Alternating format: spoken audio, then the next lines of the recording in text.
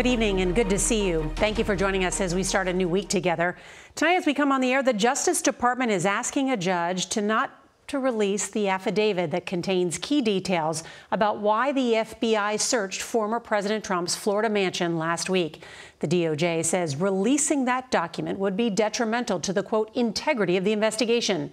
This comes as members of Congress from both parties today are demanding more details and are asking the Director of National Intelligence for a damage assessment following reports that documents labeled top secret were found at Mar-a-Lago. The former president is defiant tonight, calling the search an assault and accusing the FBI of taking 3 of his passports.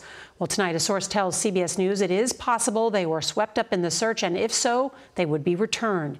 CBS's Nikole Killion will start us off from Capitol Hill. And Nikole, we're learning more about what investigators want with those documents. Norah, law enforcement sources confirmed to CBS News that as investigators examine the boxes of documents seized from Mar-a-Lago, they are trying to determine who had access to the documents and their origin.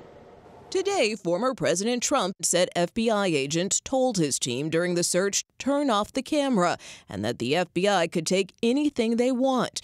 My people were asked to stand outside. Law enforcement sources tell CBS News some of the documents taken in the search may be so sensitive they can only be read in a secure location with tight controls, and in many cases can only be declassified by the agency where they originated. Whenever I and fellow members of the Intelligence Committee have viewed these types of documents, there are literally people standing over our shoulders. So how do you think they could get out? You know, Donald Trump was the president of the United States. Congressman Raja Krishnamurthy sits on the House Intelligence and Oversight Committees, which demanded an immediate review and damage assessment.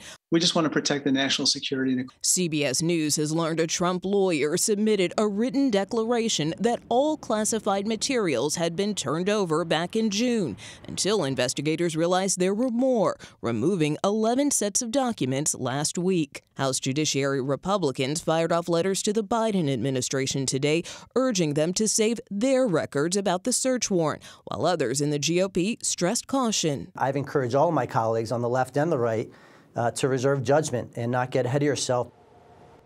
Tonight, the Justice Department says that it will oppose the unsealing of an affidavit supporting the search warrant in order to protect witnesses who have come forward and not deter others from testifying. Norah?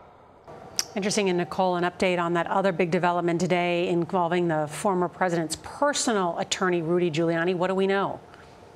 Well, this is a completely separate case, but prosecutors say that Rudy Giuliani is now the target of a wide-ranging criminal investigation into attempts by the former president and his allies to overturn the 2020 election in Georgia. The former New York City mayor is scheduled to testify before a special grand jury Wednesday. Norah?